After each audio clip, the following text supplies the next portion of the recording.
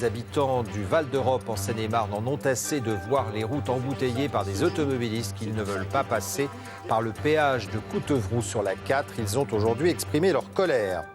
Ils ne sont pas contents, je viens de vous le dire, et le font savoir. Les habitants de Bailly-Romainvilliers en Seine-et-Marne se plaignent des embouteillages provoqués par les automobilistes qui contournent le péage de Coutevroux. Ils veulent qu'une solution soit trouvée. Reportage de Farid Benbekay avec Philippe Aliès. Ça n'a l'air de rien, mais 2,20 € à l'aller, 2,20 € au retour, ça fait mal au porte-monnaie. Voilà pourquoi, parmi ces riverains, plus personne n'emprunte le péage, beaucoup trop cher. Je multiplie par 220 jours. Le total, c'est 968 € par an, le coût de ce aller-retour pour ce péage. Moi, je suis ici depuis 10 ans, donc c'est 9 680 € que j'aurais dû payer. Ras-le-bol du péage, du coup, le centre-ville est traversé par des milliers d'automobilistes. 15 minutes pour faire 200 mètres aux heures de pointe. Les habitants sont ulcérés.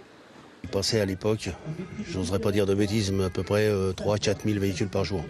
Maintenant, je crois qu'on a quintuplé ce chiffre, on en est à 15 000 ou 20 000 même. Sur cette route-là? Sur cette route-là. Alors, le matin, c'est direction province-Paris, et le soir, c'est Paris-Province.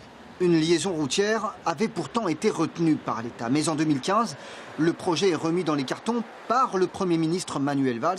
Selon ses élus, c'est la SANEF, société exploitante, qui aurait fait pression pour des raisons financières.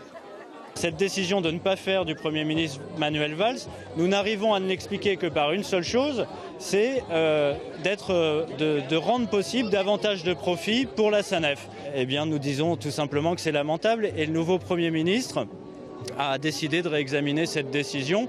Et donc, nous venons aujourd'hui pour lui dire que nous l'encourageons face à la SANEF.